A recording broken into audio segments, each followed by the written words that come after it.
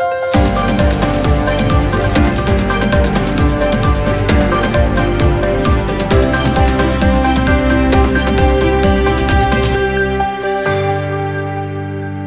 मी अनुष्का. शंखनाद न्यूज चॅनलच्या मराठी बातमीपत्रात आपल्या सर्वांचं परत एकदा स्वागत करते. बघूया आजच्या काही मराठी ठळक बातम्या. या प्रकारची दादागिरी आपल्या देशामध्ये कधी झालेली नाही. संविधानाची तोडमोड अशी याआधी कधी झालेली नाही. केजरीवाल यांच्यासह 2 मुख्यमंत्री यांना जेलमध्ये टाकले. काँग्रेस पक्षाचे सगळे अकाउंट फ्रीज नव्हे तर त्यांनी रिकामे पण केले. म्हणजे आम्ही कुठेच प्रचारही केला नाही पाहिजे. आज हे असं करत आहेत तर उद्या परत सत्तेवर आले तर संविधानाची तोडमोड केल्याशिवाय राहणार नाही. या सगळ्या गोष्टींचा निषेध आहे. भाजप देशाचे पूर्ण मूळ फॅब्रिक पूर्णपणे नष्ट करत आहेत. त्यांना फक्त सत्तेशी, व्यापाऱ्यांशी देणं घेणं आहे. शेतकऱ्यांशी, सामान्य माणसांशी घेणं देणं नाही. संविधानाशी व लोकशाहीशी कशाशीही घेणं देणं नाही. काँग्रेस ही सत्तेवर होती, मात्र अशा प्रकारे सत्तेचा गैरवापर केला नाही. भाजप जे करत आहे त्याला देशातील जनता त्यांना नक्कीच धडा शिकवेल अशी प्रतिक्रिया यशोमती ठाकूर यांनी व्यक्त केली. असं आहे की जी घाबरलेली लोक असतात ती अशी तडफड करत असतात आणि ही तडफडीमध्ये हे संविधान आणि लोकशाही नष्ट करण्याचं काम करतायत. केंद्रामध्ये जे बसलेले आहेत ते कुठेतरी घाबरलेले आहेत आणि म्हणून एवढी दडपशाही आहे. तुम्ही या देशामध्ये लोकशाही मारायचा जर प्रयत्न करत असाल तर लोक तुम्हाला मारतील, हे नक्की. या प्रकारची दादागिरी आपल्या देशामध्ये कधी झालेली नाही. संविधानाची तोडमोड अशी ह्याच्या आधी कधी झालेली नाही. केजरीवालांना 2 मुख्यमंत्री त्यांनी जेलमध्ये टाकायचा प्रयत्न केलेला आहे आणि टाकलेले आहेत. काँग्रेस पक्षाचे सगळे अकाउंट फ्रीजच नाही केले, त्यांनी ते रिकामे पण केलेले आहेत. म्हणजे आम्ही कुठंच गेलो नाही पाहिजे, आम्ही प्रचारही केला नाही पाहिजे, हे कसं काय आहे? आज हे असं करतायत तर उद्या परत जर सत्तेत आले तर संविधान तोडल्याशिवाय हे राहणार नाही, ही वास्तविकता आहे. या सगळ्या गोष्टींचा निषेधच आहे.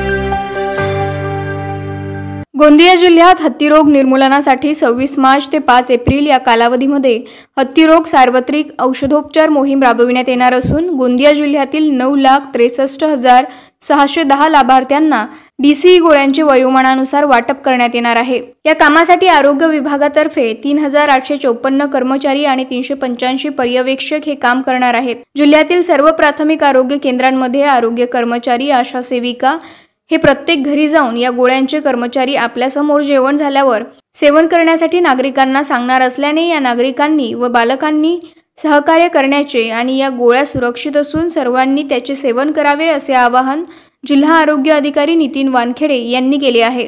आपली जी हत्तीरोग दूरीकरण कार्यक्रम आहे त्या अंतर्गत सार्वत्रिक औषधोपचार मोहीम, ज्याला आपण मास ड्रग ॲडमिनिस्ट्रेशन म्हणतोय, तर आपल्याकडे एकूण 8 तालुके आहेत आणि ह्या 8 तालुक्यामध्ये मोरगाव अर्जुनी, तिरोडा, गोरेगाव आणि गोंदिया यामध्ये जी आपण मागे पण मोहीम घेतली होती आणि या मोहिमेमध्ये अजूनही आपल्याकडे जे काही सर्वे आहे त्या सर्वेमध्ये आपण थोडं कमी पडलो, ज्याच्यामुळे लोकांनी काही गोळ्या खाल्लेल्या नसेल किंवा काय असेल, त्याच्यामुळे आपलं जे काही मायक्रोफायलेरिया रेट आहे हा जास्त मिळाला आणि त्याच्यामुळे आपल्याला नव्याने ही मोहीम इथे राबवायची आहे. ह्या मोहिमेचा उद्देश एकच आहे की आपल्याला जे काही पात्र लाभार्थी आहेत त्या सगळ्या लाभार्थींना प्रत्यक्ष गोळ्या खाऊ घालायच्या आहेत. म्हणजे नुसत्या हातामध्ये गोळ्या देऊन काही उपयोग नाही, तर त्यांनी जेवण नाश्ता करून त्या लोकांना DECच्या गोळ्या त्यांच्या वयोगटानुसार आणि अल्बेंडाझोलची 1 गोळी असं आपल्याला त्यांना ह्या गोळ्या खाऊ घालायच्या आहेत. यामध्ये असं आहे की कुलेक्स नावाच्या डासामार्फत हा आपल्याला रोग पसरतो आणि मायक्रोफायलेरिया आहेत हा कृमी आपल्या शरीरामध्ये हा वास करतात आणि त्याच्यानंतर कालांतराने काही दिवसांनी मग शरीरामध्ये रिॲक्शन्स किंवा वेगवेगळ्या रिॲक्शन्स होऊन मग हत्तीपाय हा प्रामुख्याने पायावर त्याचे एक सुजन निर्माण होते आणि मग हत्तीपायचे तुम्ही रुग्ण बघितलेले असाल की एक वेळ हा जर रोग झाला तो बरा होत नाही आणि त्याच्यामुळे हा रोगच जर बरा करायचा नसेल तर आपल्याला एकच उपाय आहे की सर्व स्तरावर एकाच दिवशी आपल्याला सर्वांना ह्या गोळ्या खाऊ घालायच्या आहेत. ह्या मोहिमेचा उद्देश तोच आहे. एक दिवस जर सगळ्यांनी गोळ्या खाल्ल्या पुढील तो वर्षभरापर्यंत त्याचा इफेक्ट असतो आणि मग कोणामध्ये तो मायक्रोफायलेरिया जो आहे तो प्रवेश जरी केला तर तो मरून जाईल आणि आपल्याला हत्तीरोग होणार नाही. 5 वर्षापर्यंत जर आपण हा मोहीम सलग राबवली तर आपला जो काही हत्तीरोगाचा जो काही हे आहे रेट आहे तो नक्कीच कमी होईल. शेतकरी नेते रविकांत तुपकर यांच्या मुंबईतील आंदोलनाच्या दणक्यामुळे अवकाळी पाऊस आणि गारपिटीची मदत मंजूर झाली होती. ही मदत अखेर शेतकऱ्यांच्या खात्यात जमा होण्यास सुरुवात झाली आहे, त्यामुळे शेतकऱ्यांना मोठा दिलासा मिळाला आहे। रविकांत तुपकरांच्या मुंबईतील मंत्रालय ताबा आंदोलनावेळी या मदतीसंदर्भात आश्वासन उपमुख्यमंत्री देवेंद्र फडणवीस यांनी सह्याद्री अतिथीगृहावर झालेल्या बैठकीत दिले होते। तसेच अधिवेशनातही त्यांनी या संदर्भात घोषणा केली होती।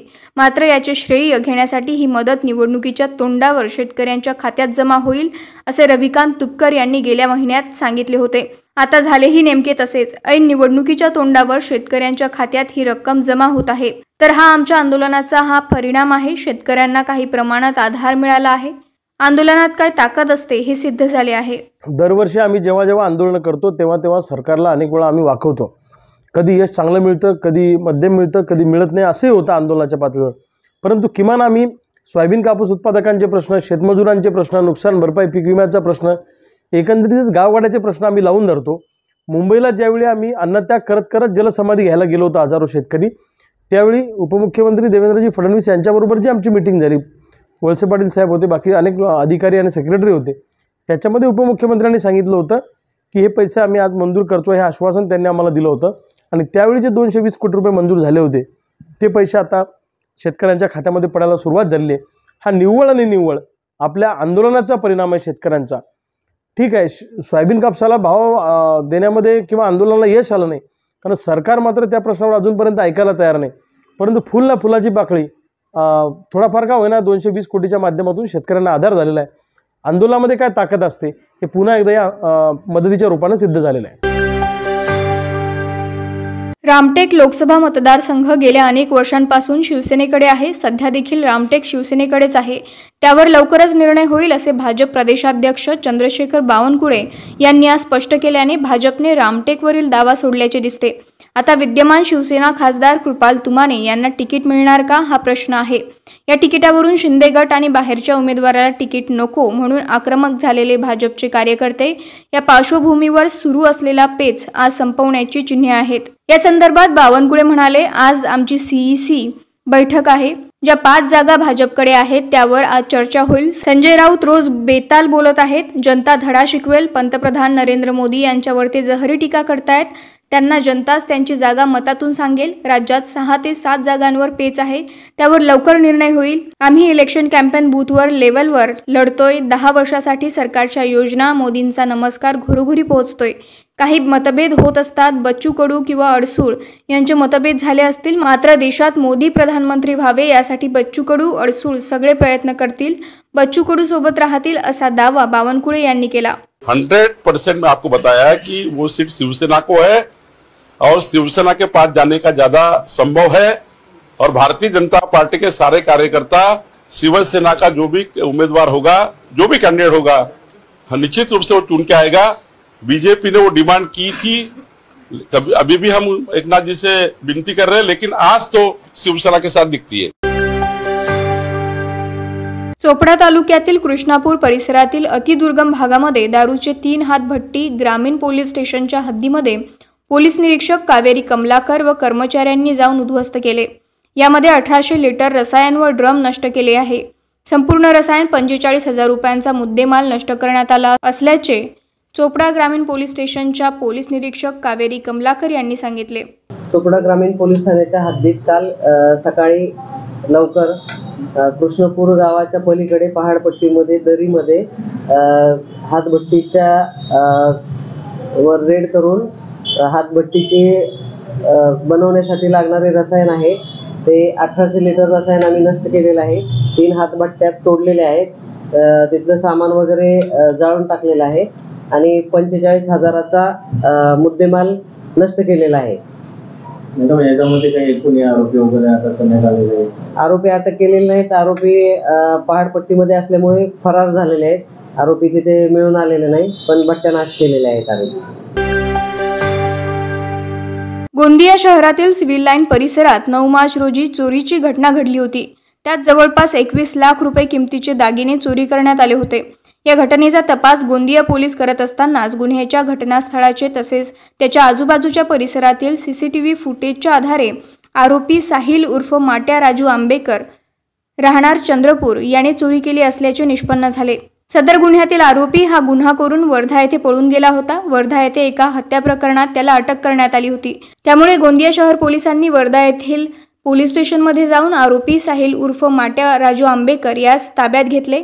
आरोपीच्या चंद्रपूर येथील घराची झडती घेतली असता त्याच्या घरात 15,33,000 रुपयांचा मुद्देमाल सापडला आहे. साहिल उर्फ माट्या हा अट्टल गुन्हेगार आहे. या आरोपीने 25च्या आसपास गुन्हे केले आहेत. या प्रकरणी पुढील तपास गोंदिया शहर पोलीस करत असल्याची माहिती अतिरिक्त पोलीस अधीक्षक नित्यानंद झा यांनी दिली आहे. गुन्हा घडल्यानंतर ते FIR झाले होते. नंतर तपासादरम्यान आम्हाला असा निष्पन्न झाले की ते आरोपी आता चंद्रपूरला आहे. चंद्रपूरमध्ये ते एक मर्डर केले होते. त्या मर्डरमध्ये ते अटक पण झाले होते. आम्ही चंद्रपूर पोलीससोबत कॉन्टॅक्ट केले आणि त्यांना आरोपी यांना ओळखले. नंतर आम्ही तिथे जाऊन आरोपी यांना आज घेऊन आले आणि 4 दिनाची PC पण भेटली, पोलीस कोठरी भेटले आणि 15,72,000 ची मुद्देमाल गेले होते. त्यापैकी 15,33,000चे मुद्देमाल आतापर्यंत जप्त केले आहे. लोकसभा निवडणुकीचे वारे वाहण्यास सुरुवात झाली आहे. भाजपाकडून नितीन गडकरींना उमेदवारी जाहीर झाल्यानंतर देशाचा तिसरा पक्ष बसपा देखील देशभरात सक्रिय झाला आहे. नागपूरमध्ये बसपाची उमेदवारी समाजसेविका ज्वाला धोटे यांना देण्यासाठी पक्षाच्या नेत्यांनी ज्वाला धोटे यांच्याशी चर्चा केली.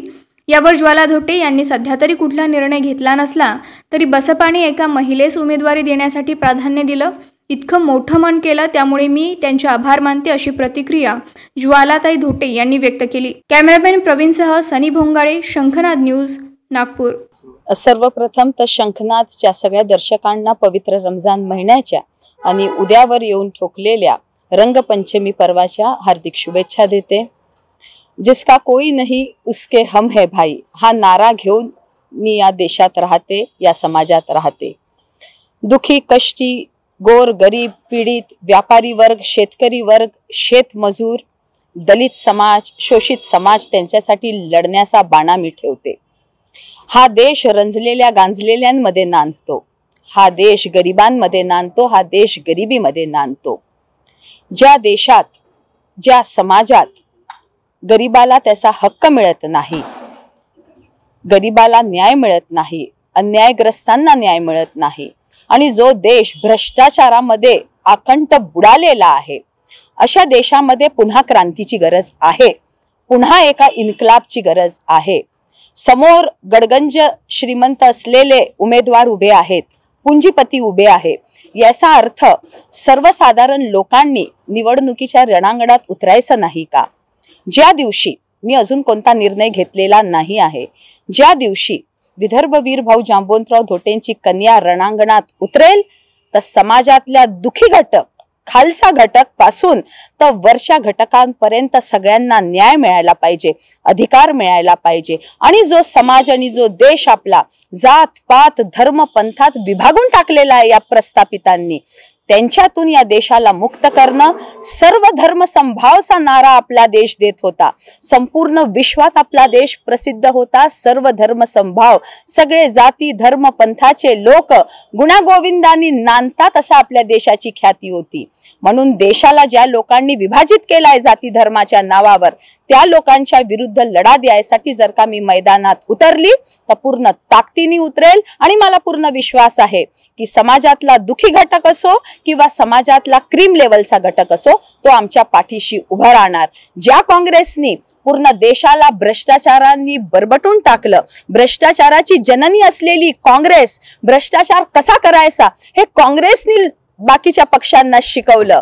काँग्रेस ही भ्रष्टाचाराची जननी आहे, आई आहे आणि तिच्या पावलावर आज भाजप चालत आहे.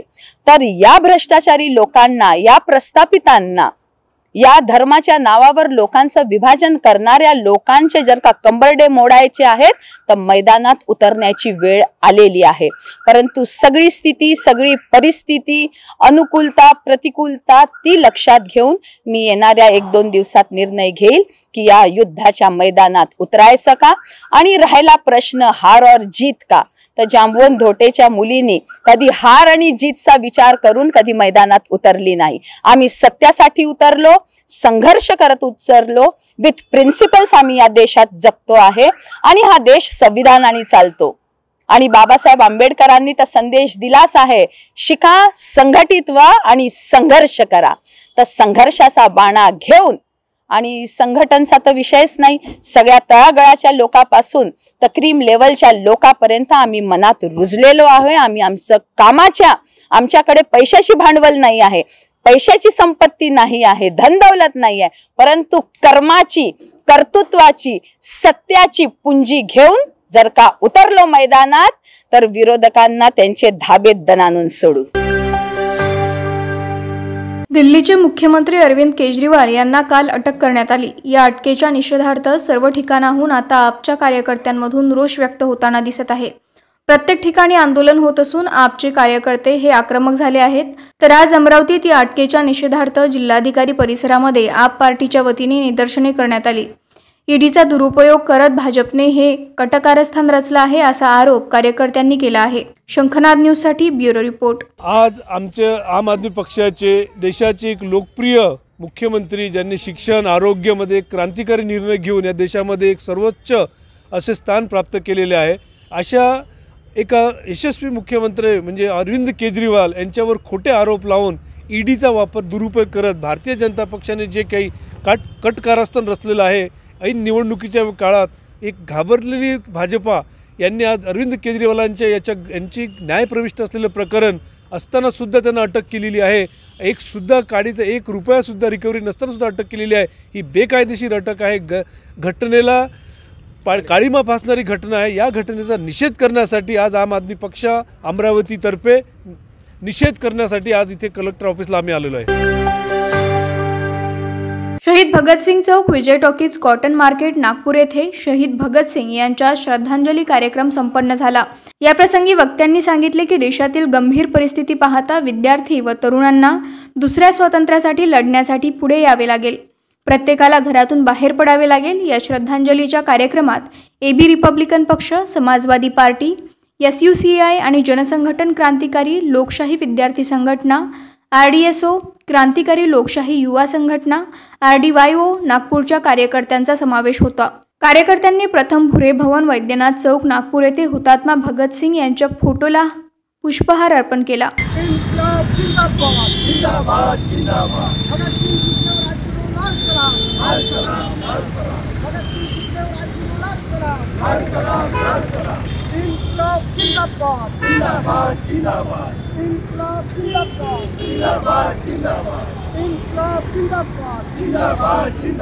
रिपब्लिकन आघाडी लोकशाही मोर्चा जिंदाबाद, जिंदाबाद, जिंदाबाद. रिपब्लिकन आघाडी लोकशाही मोर्चा जिंदाबाद, जिंदाबाद, जिंदाबाद. इन्क्लाब जिंदाबाद, जिंदाबाद, जिंदाबाद. इन्क्लाब जिंदाबाद, जिंदाबाद, जिंदाबाद. चंद्रपूर लोकसभा जागेच्या काँग्रेस उमेदवारीवरून आरोप प्रत्यारोपांच्या फैरी झडत असून होळी आदी शिमगा साजरा होत आहे. वडेट्टीवार समर्थक ज्येष्ठ काँग्रेस नेत्यांनी आज पत्रपरिषद घेत प्रतिभा धानोरकर समर्थकांनी कुणबी समाजालाच तिकीट दिले जावे या मागणीसह व्हायरल झालेल्या पत्राला उत्तर दिले. या पत्रपरिषदेत वडेट्टीवार समर्थक नेत्याची मोठी उपस्थिती होती. धानोरकर समर्थक कुणबी समाज सदस्यांनी चुकीला माफी नाही असा मथळा देत वडेट्टीवार यांच्यावर शरसंधान केल्यानंतर वडेट्टीवार समर्थकांनी सत्यस्थिती सांगणारे दुसरे पत्र व्हायरल केले आहे. यात वडेट्टीवार यांनी कुणबी समाजाच्या लोकप्रतिनिधींना निवडून आणण्यासाठी केलेल्या प्रयत्नांची यादीच देण्यात आली आहे. पत्रपरिषदेत कुणबी समाजाच्या वडेट्टीवार समर्थक नेत्यांनी धानोरकर म्हणजे समाज नव्हे हे ठासून सांगितले असून चंद्रपूर मतदारसंघात जातीपातीचे राजकारण अपवादाने सफल झाल्याचे लक्षात आणून दिले. समाजाच्या नावावर कुणी राजकारण करू नये असा इशारा धानोरकर समर्थकांना दिला. आपल्या पेपर्सच्या माध्यमातून आणि सोशल मीडियाच्या माध्यमातून काही कुणबी समाजाचे लोक अशा तऱ्हेचे वक्तव्य किंवा प्रेस माहिती देऊन समाजामध्ये तेढ निर्माण करण्याचं काम करत आहेत. वास्तविक काँग्रेस पक्ष हा सर्व धर्म समभावाला मानणारा पक्ष आहे, लोकशाहीला मानणारा पक्ष आहे. आणि काँग्रेस पक्षांनी उमेदवारी आतापर्यंत जेवढ्या इलेक्शन झाले उमेदवारी देताना कधीही जातीचा विचार केला नाही, तर केवळ माणूस सक्षम आहे का, त्याच्या पक्षात त्याचं काम आहे का, या सर्व गोष्टी विचार करून त्याला उमेदवारी दिली जातं. आणि त्याच्यामुळे काय होतं की काही समाजवाले जर असे प्रचार करत असेल तर दुसऱ्या समाजाच्या व्यक्तीचं मन दुखवलं जातं आणि मतदार जागेवरच आहे. मतदार फक्त माणूस पाहत असतो, पक्ष पाहत असतो आणि त्याला मतदान करत असतो. परंतु अशा प्रकारचं जर माध्यमाच्या माध्यमातून जर असे वक्तव्य होत गेले, कुणबी समाजाच्या माध्यमातून जरी होत गेले, तर ते चुकीचं आहे. कुणबी समाज हा प्रत्येक पक्षात आहे, प्रत्येक पक्षात विखुरलेला आहे आणि त्या मतदाराला आपला उमेदवार निवडायचा पूर्ण अधिकार आहे. तो कुणाची बांधिलकी नाही की तो कुणबीच उमेदवाराला मतदान करेल किंवा इतर उमेदवाराला करणार नाही. त्यामुळे त्याचा स्वातंत्र्य, मतदानाचं स्वातंत्र्य अबाधित आहे आणि अशा मतदारांना आपण डिस्टर्ब करण्याचं काम अशा पत्रांच्या माध्यमातून होऊन राहिलं आहे. ते चुकीचा प्रकार हा बंद झाला पाहिजे. सांगू शकणार नाही, परंतु आता समाजात बरेच लोक असतात. काही लोकांचा इंटरेस्ट वेगळा असतो, काही लोकांचा इंटरेस्ट एकच असतो की कसं तरी मतभेद लोकांमध्ये निर्माण करणे, दिशाभूल करणे आणि विरोधकांना त्याचा नक्कीच फायदा होत असतो आणि याच्यात काँग्रेसचीच प्रतिमा कुठेतरी मलिन होण्याचा हा प्रकार आहे, तो न होवो हीच आमची इच्छा आहे. तर हे होतं आजचं बातमीपत्र. पुन्हा भेटूयात पुढील बातमीपत्रात. तोवर बघत राहा शंखनाद आवाज सत्याचा. नमस्कार.